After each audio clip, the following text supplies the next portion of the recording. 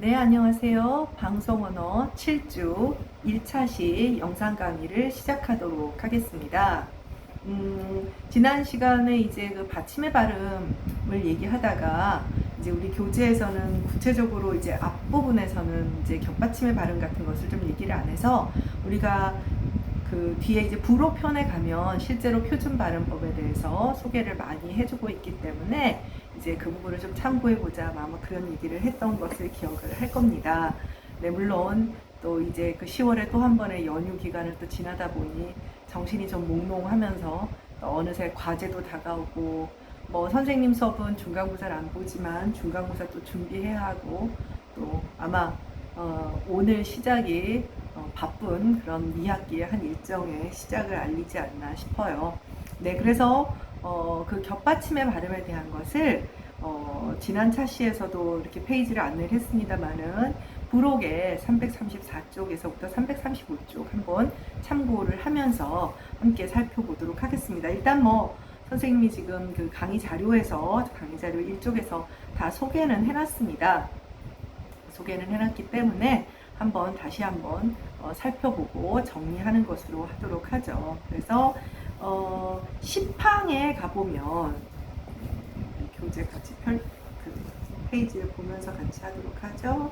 10항에 가보면은 이제 이게 보통 이제 시험에도 많이 나오고 이제 그러는 부분인데 기역, 시옷, 니은, 지읒, 리을, 비읍, 그 다음에 리을, 시옷, 리을, 티읕, 네. 리을, 티읕, 그 다음에 비읍, 시옷의 경우에는 비읍, 시옷은 또 좀 별도로 왜냐하면 이제 그 비읍, 시옷의 경우는 이제 특히 이제 그 음장이 들어가 있어서 그래요. 음장이 들어가 있어서 그렇기 때문에 따로 이제 따옴표를 해놓은 겁니다. 어말 또는 자음 앞에서 각각 기역, 니은, 리을, 비읍으로 발음이 된다. 그래서 일단은 기역, 니은, 리을, 비읍이 다 겹받침 가운데 첫 번째, 그러니까 우리가 이제 이게 받침 문자의 용어를 하면 겹받침이 되지만 의문론적인 용어에서는 이게 음절말, 어말에 오는 단어의 끝에 오는 자음군, 자음이 뭉쳐오는 아이들이거든요. 그래서 자음이 뭉쳐올 때 C1, C2, 컨소넌트 1, 컨소넌트 2라고 했을 때 이 경우에는 첫 번째 자음이 남는 경우, 두 번째 자음이 탈락하는 그런 케이스라고 할 수 있습니다. 그래서 어말 또는 즉 휴지 앞인 거죠. 자음 앞에서는 넉과 앉다, 여덟, 그 다음에 넓다, 외골, 할다, 갑, 없다. 없다의 경우에는 보다시피 이제 비읍 시옷을 어간말 자음군 즉 겹받침으로 표기한 경우에 이제 갑 같은 경우는 음장이 없지만 없다의 경우에는 음장이 있기 때문에 이 경우는 음장이 사라지지 않는다. 이런 것들도 기억을 할 필요가 있습니다. 네, 그래서 이제 그게 아마 334페이지 10항에 나와 있는 거고요.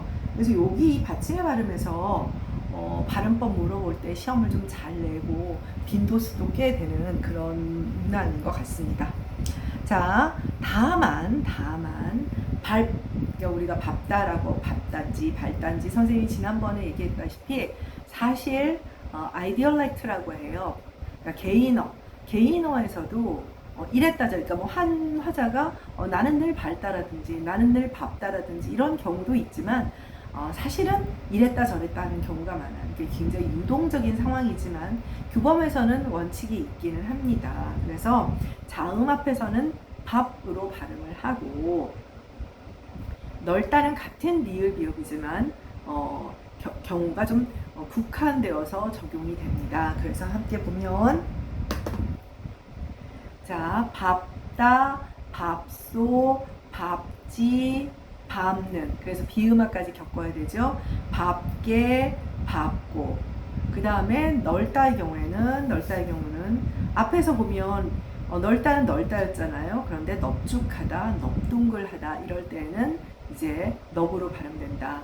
여러분이 봐도 그냥 평상시에 발음할 때는 신경을 안 쓰는 것이지만 많이 틀릴 수 있는 부분이고 특히 지금 이 밥다 같은 경우는 솔직히 선생님도 밥다라고도 하지만 밝다라고도 하고 밝고 아마 여러분들도 비슷할 거예요. 그래서 표준 발음법은 이렇기 때문에 시험에도 잘 나오고 하니까 기억을 해둘 필요가 있습니다. 근데 사실 이제 제일 어려운 것이 내 발음이라든지 내가 일상적으로 사용하는 방식과 틀린 경우에 잘 외우기 어려운 거잖아요. 그 다음 제11항입니다.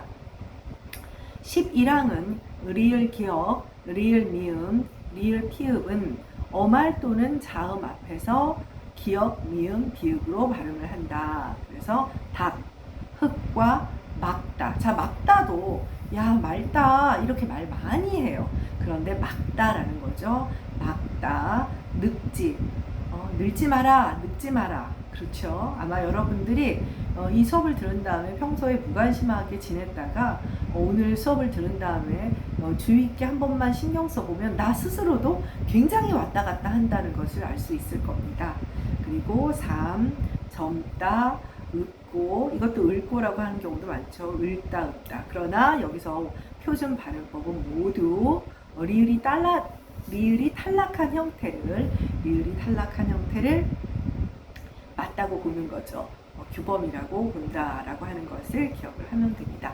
이놈의 다만 항목이 또 나왔네요. 네, 다만. 네. 다만 항목이 나와서 다만 항목의 경우에는 맑게, 묽고, 얽거나 이렇게 사실 이러면 막게가 아니라는 거죠. 네. 그러니까 이 기준이 뭡니까? 라는 것인데 사실은 이제 이것을 규범을 정하는 사람들은 이제 뭐 교수들이죠. 심의위원들이 대부분 교수들인데 이걸 이제 심의했을 때 우리 스승님들 뻘이라고 하면 훨씬 더 발음이 지금 우리보다는 좀 더 완고하고 보수적일 가능성이 커요. 그걸 반영한 것이고 규범을 정함에 있어서는 어떤 뭐랄까요 외가 좀 없는 경우에요. 예외도 많이 생길 수밖에 없고. 네. 자, 그 다음 기본적으로 여러분들이 그러나 이런 어떤 그 겹받침에서 받침의 바람에서 한 자음이 탈락하는 경우는 지난 시간에 말했다시피 국어의 음절 구조상의 제약 때문이죠. 그러니까 한국어는 현대 한국어는 모음과 모음 사이에 최대 자음이 2개밖에 오지 못하기 때문입니다.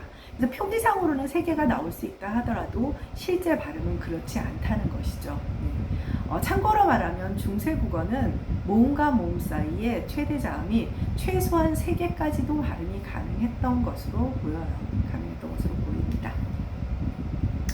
그리고 좀 센스 있는 사람들은 언어적인 센스, 언어에 대해서 조금 예민한 사람들은 느꼈겠지만 주로 이런 겹받침, 소위 말해서 의문론적으로 자음군, 어말 자음군에 해당하는 소리들은 대개의 경우 첫 소리가 유음인 경우가 많다는 것을 알 수 있을 거예요. 물론 비읍, 시옷, 그 다음에 기억, 시옷 등도 있기는 하지만 보다시피 리을, 기억, 리을, 비읍, 리을, 티읕, 리을, 히읗 등과 같이 주로 리을로 시작하는 유음이라고 하지요. 리을로 시작하는 경우가 많은데 그 이유는 정답이 있습니다. 정답이 있는 게 뭐냐면 이 유음은 자음들 가운데 가장 그 모음의 속성을 많이 가지고 있어요. 그러니까 우리가 예를 들면 기역, 디귿, 비읍, 시옷 이런 소위 말해서 이런 문자들이 나타내는 그런 발음들은 순수자음, 장애음이라고 하는데 이런 소리들에 비해서 리을이나 미음, 소위 리을은 유음이고 미음은 미음, 니은, 이음들은 비음이잖아요. 이런 유음이나 비음은 앞서 말한 장애음, 순수자음. 그러니까 장애음이 순수한 자음인 거예요. 훨씬 더 모음적인 속성을 많이 가지고 있고요. 그 가운데 비음에 비해서 이 유음, 리을이 가장 모음적인 속성을 많이 가지고 있습니다. 혹시 선풍기 소리를 선생님 좀 너무 크게 해놔서 좀 뭐랄까 여러분들이 거북스러웠을 수도 있을 것 같네요. 좀 낮추겠습니다. 생각도 안 하고 계속 켜놨는데 좀 윙하는 소리가 나오더라도 양해해 주기 바랍니다. 그래서 일단은 이제 그 겹받침의 발음에 이런 주의해야 할 점이 많다는 것을 여러분들이 좀 기억을 할 필요가 있습니다. 그래서 그 30기왕 아마 여러분들 지금 뒤에 부록 부분 보자고 해서 책을 펼쳤을 텐데 335쪽에 보면 이 외에도 히읗의 발음에 대한 것이라든지 그 다음에 디귿으로 하는 발음에 대한 것들도 있습니다. 그래서 여러 가지, 이거는 겹받침은 아니지만 옷 한 벌, 뭐 나탄대, 꽃 한 송이 이런 것들이 있고요. 그 다음에 시옷이 오는 경우 우리 실제 발음에서는 아무도 안 틀죠. 노쏘, 나쏘 뭐 이런 경우라든지, 또 놓는 336페이지로 가서 그런 것들을 한번 살펴볼 필요가 있을 것 같습니다. 네, 그래서 아마 음의 동화에 대한 이야기가 나오기 전까지 한번 쭉 보면 되고, 337페이지에 보면 한글 자모 이름이 있습니다. 337쪽에 한글 자모 이름이 있는데, 자, 여기서 우리가 한 가지 기억을 해야 할 것은 뭐냐면, 여러분들이 우리가 표기와 소리가 차이가 난다는 것들은 모두 알고 있을 텐데요. 자, 실제로 15세기 이후에 20세기 이후에 이르기까지 원래 훈민정음 창제 당시에는 실제로 종성, 음절말에서 발음되는 소리가 8개였죠. 근데 현대 국어는 몇 개? 7개죠. 어떤 차이가 있나요? 중세 국어에는 하나가 더 음절말에서 구별됐습니다. 즉 디귿이라는 문자가 나타내는 발음과 시옷이라는 문자가 나타내는 발음이 구별이 되었던 거죠. 말하자면 드스가 음절말에서 모두 변별이 됐습니다. 현대 국어는 어떻죠? 자, 옷, 시옷 받침이죠. 모음이 오는 경우에는 옷이라고 해서 후행 음절 초성으로 연음되면서 그 시옷이 드러나지만 옷 단독으로 발음을 하거나 옷도와 같이 발음을 할 경우에는 실제로는 디귿 표기로 나타내는 그런 말음으로 발음이 되죠. 그러니까 표기와 발음이 일치하지 않는 그런 경우예요. 우리가 앞서 배웠던 형태 음소적 표기 원리와 관련이 있죠. 그러다 보니 우리 자모 명칭에도 디귿이가 아니라 디귿이, 네, 말음 벽치, 끝소리 규칙, 소위 중화라고 하는 현상이 자모 명칭에도 다 해당이 됩니다. 뭐 디귿이, 그 다음에 지읒이 아니에요. 지읒이, 치읒이, 티읒이. 그래서 실제로 이거 자모 명칭 할 때 디귿이 하는 것을 외국인 학생들 같은 경우는 그대로 디귿이라고 하거나 이런 경우가 많습니다. 그래서 이렇게 자모 명칭, 그 자모 명칭이 뒤에 모음이 오는 경우에 어떻게 발음되는 건지도 한번 봐둘 필요가 있습니다. 평상시엔 잘 안 틀리지만요. 네.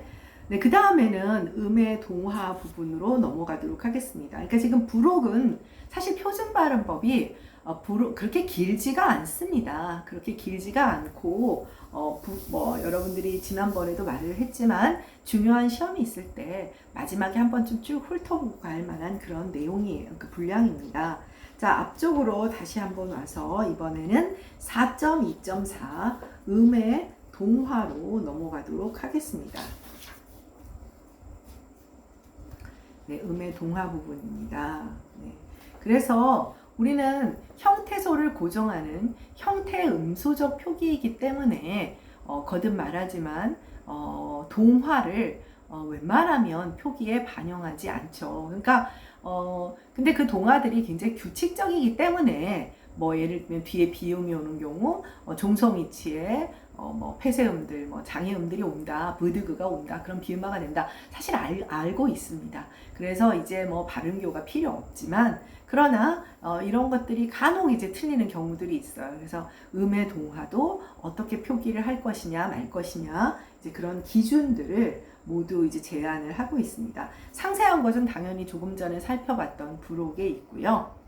일단 강의자료 1쪽에 하단을 함께 보도록 하겠습니다. 4.2.4 음의 동화 부분입니다.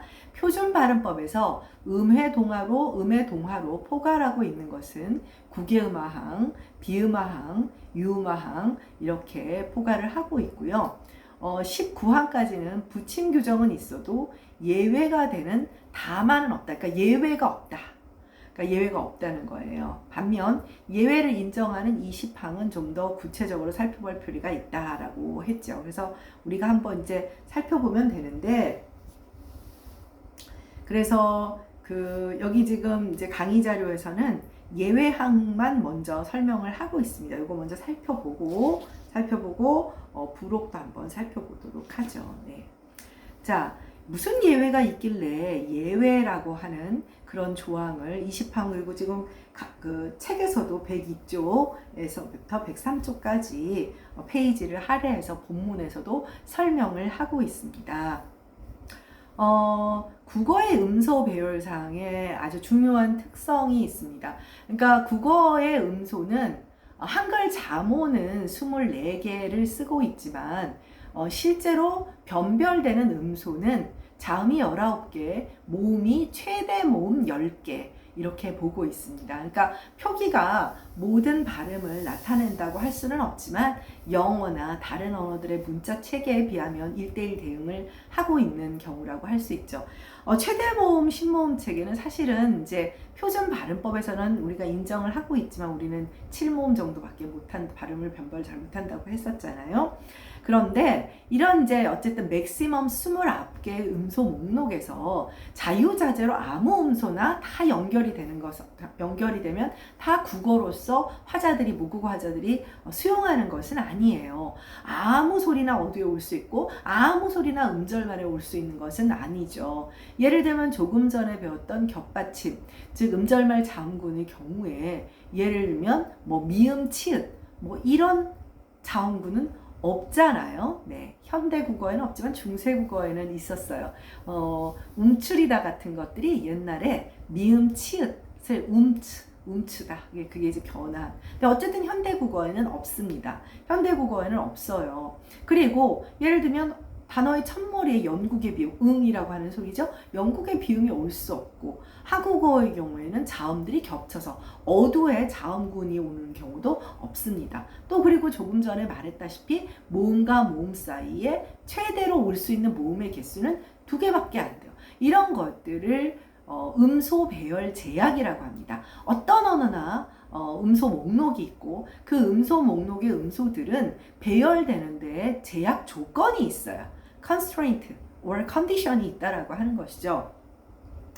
근데 한국어에 아주 그 중요한 그 음소 배열 제약 중에 하나가 한국어는 조금 전에 모음적인 그런 어떤 순수 자음에 비해서 모음적인 속성을 갖고 있는 2개의 자음, 비음과 유음을 이야기했잖아요. 그런데 이 비음과 유음은 서로 한국어의 경우에는 연속해서 연결되면 발음을 못해요. 한국 사람들이. 발음을 못하기 때문에 아마 지난번에도 얘기했지만 니은으로 바꾸든가 리을로 바꾸든가 그런 어떤 의문론적인 조정 과정이 필요합니다. 그래서 지금 이쪽에 첫 부분의 표 위에 있는 부분 국어의 음소 배열상의 아주 중요한 특징은 비음과 유음의 연소를 허용하지 않는다는 거예요. 그래서 리을 니은이 되었건 니은 리을이 되었건 그거는 우리가 발음을 할 수가 없어요. 자, 우리 그 3호선 아니다 2호선이다 2호선 선릉역을 생각해 볼까요? 자, 선릉 내가 발음을 했죠. 어머 저거 봐 발음 가능해. 자, 방금 나는 휴지를 두었습니다. 선릉 이렇게 발음한 거예요. 자연스러운 발음에서는 설릉 아니면 선릉이 돼요. 표준 발음에서는 유음화를 실현시켜서 설릉이라고 하는 것이 맞고 그래서 여러분들 2호선역에 가보면 로마자 표기법에서 LL로 되어 있습니다. 이게 표준 발음이고요. 그런데 많은 사람들이 선릉이라고도 발음을 하죠. 네, 어찌되었건 간에 한국어는 니은과 리을 혹은 리을과 니은의 연세를 한국어 모국어 화자들은 쉽게 발음하지 못해요. 그럼 영어권 화자들은 어떠냐? 아주 잘해요. 그 특성은 사실 이제 이 수업이 의문론 수업이 아니니까 더 자세히 말을 하기는 뭐하지만 영어는 가능합니다. 그래서 여러분들 한국 사람들 굉장히 발음 못하는 것 중에 하나가 only you 그럼 자 only you예요, only you예요. 영어로 말하면 only 정확하게 발음하기는 선생님도 잘 영어 발음 못하지만 only you가 됩니다. any 외파를 해요. 한국 사람들은 외파라는 말은 뭐냐면 공기를 내보낸다는 뜻이죠. 그러니까 한국어는 on 하면 입을 다물어 버려요. 공기가 나가지 않아요. 불파 그러니까 파라고 하는 것은 파열이라는 강렬한 뜻인데 정말 파열은 아니고 공기를 내보낸다는 뜻이에요. 그러니까 한국 사람들은 온 하면 자, 온. 이게 한국어의 아주 중요한 특징이거든요. 그래서 여러분들 음절만 끝소리 규칙이 있다고 했잖아요. 근데 영어의 경우에는 only 해서 미파를 해버립니다. 공기를 내보내요. on. 그럼 공기를 내보내니까 그 다음 L 발음은 쉽죠. only you. 네, 난 한국인이라서 쉽지 않네요. 네, 뭐 지금 그 얘기를 하면 그건 의문론 시간이니까 그 얘기는 여기서 끝을 내고 어찌되었건 간에 여러분들이 기억해야 할 것은 뭐냐면 한국어의 모국어 화자들은 이 두 개의 연세를 배열하지 않다 보니 자 볼까요? 제20항 니은은 리을의 앞이나 알피나 뒤에서 리을로 발음한다. 난로, 신라, 천리, 광활루, 대관령 그 다음에 칼날, 물난리, 그 다음 줄넘기, 할는지 앞에 오건 뒤에 오건 다 간단히 말하면 유음, 리을로 바꾼다는 것이죠. 바꾼다는 거예요. 자, 그런데 붙임입니다. 이건 예외가 아니에요. 예외가 아니고 붙임은 뭐냐면 유머가 돼요. 단 이 경우에는 어때요? 자음군이 온 거잖아요. 자음군이 온 거죠. 그래서 니은이 리을, 히읗, 리을, 티읕 뒤에 연결되는 경우에도 달른, 뚫는, 할래가 된다. 사실은 환경이 좀 다르죠. 환경이 다른데 이 경우는 사실 의문론적으로 말하면 히읗이나 티읕이 탈락한 다음 자음군이 단순화된 다음 리을과 중간 니은이 만나게 되니까 이제 동일한 현상을 적용하게 됐다라고 보면 됩니다. 네, 그런데 하나만 여기 신라 한번 볼까요? 네, 우리 잘 아는 신라죠. 네, 여기다 면자 붙여볼까요? 네. 자, 어떻게 발음하나요, 여러분? 신라면이라고 발음하는 사람도 있을 겁니다. 그런데 신라면이라고 발음하는 사람들도 있을 거예요. 거의 물어보면 반반이에요. 수업 시간에 손 들어보세요 하면 반반입니다. 내가 신라면이라고 한다면 좀 더 보수적이고 규범적인 발음을 하는 사람이고 신라면이라고 한다면 좀 더 개신적인 발음을 하는 뭐 개신적인 게 더 좋은 거는 아니에요. 사실 그리고 대개의 경우는 한 개인이 왔다리 갔다리 합니다. 신기하죠? 이상하죠? 네. 네, 이거는 이제 조금 이따 다시 얘기하겠지만 다만 항목을 같이 보고 다시 설명을 하도록 하겠습니다. 이번에는 니은으로 발음하는 경우죠. 의결란이 아니라 의견난, 임질란이 아니라 임진난, 생산량이 아니라 생산량, 결달력이 아니라 결단력, 공권력, 자, 공권력. 근데 공권력도 되는 것 같지 않나요? 자, 그 다음 동원령, 상견례, 횡단로, 이원론, 입원료, 구군료. 네, 신기하죠? 동일한 환경인데 니은으로 발음되는 경우에요. 근데 예를 들면 지금 의견란 같은 경우는 의결란이라고 거의 안 하는 것 같아요. 의결란이라고 하면 의결을 하는 난이 되는 것이니까요. 그런데 의문론을 생각해보면 의문론도 되고 의문론도 되거든요. 이건 역시 왔다 갔다 하는 경향이 없지 않아 있습니다. 네, 이걸 뭐 이제 그 학문적으로는 뭐 지금 이 수업과는 큰 연관이 없지만 아까도 말했다시피 설릉역은 설릉, LL로 되어 있죠. 로마자 표기법으로 반영이 되었다는 것은 그게 훨씬 더 규범적이고 보수적이라는 것은 과거의 형태라는 뜻이에요. 그런데 아까 말했다시피 n으로 발음하는 선릉으로 발음하는 건 좀 더 개신적이다. 규범적이진 않죠. 잘못된 발음인 거예요. 이건 무슨 얘기일까요? 과거에는 유음과 비음이 만나면 유음으로 바뀌었다. 자, 그러면 유음이 비음보다 더 세다는 거죠. 우리가 어떤 동화 현상을 사람들 관계에서도 인간 관계에서도 더 센 사람이 약한 사람을 동화시키잖아요. 근데 소리의 세계도 비슷합니다. 그래서 과거에는 분명 유음이 비음보다 음운론적인 강도가 더 셌던 것 같아요. 그런데 요즘은 비음이 그 세력을 조금 더 가지지 않게 되었나 이렇게 보죠. 음운론적 강도가 왜 유음이 더 세냐고요? 음운론적 강도라는 말은 공명도가 높다, 울림도가 높다는 것이고 울림도가 높다는 것은 잘 들린다는 뜻, 가청도가 높다는 뜻이에요. 그러면 울림도가 높고 가청도가 높은 것은 자음이 아닌 모음이겠죠. 그러니까 모음 가운데도 입을 가장 많이 벌리는 개모음인 아가 가장 가청도가 높고 공명도가 높아서 음운론적 강도가 가장 커요. 가장 커요. 그럼 자음 가운데 유음이 가장 모음의 속성이 크다고 했으니까 음운적 강도가 제일 크다는 게 아마 납득이 될 것이고, 그래서 이제 유음화가 원래 더 많이 일어났는데 한국어에서는 상대적으로 이렇게 니은으로 등장하는 현상들이 좀 나타난다는 것은 비음이 세력을 좀 확대하고 있나? 라는 그런 의심을 할 수 있는 부분이라고 할 수 있습니다. 네, 김선철 선생님이 2006년에 제시한 표준 발음 실태 조사를 보면, 자, 지금 이제 우리가 어떤 규정은 이야기를 해 주었지만, 이제 한번 퍼센테이지가 궁금해 보죠. 단어마다 상당히 다릅니다.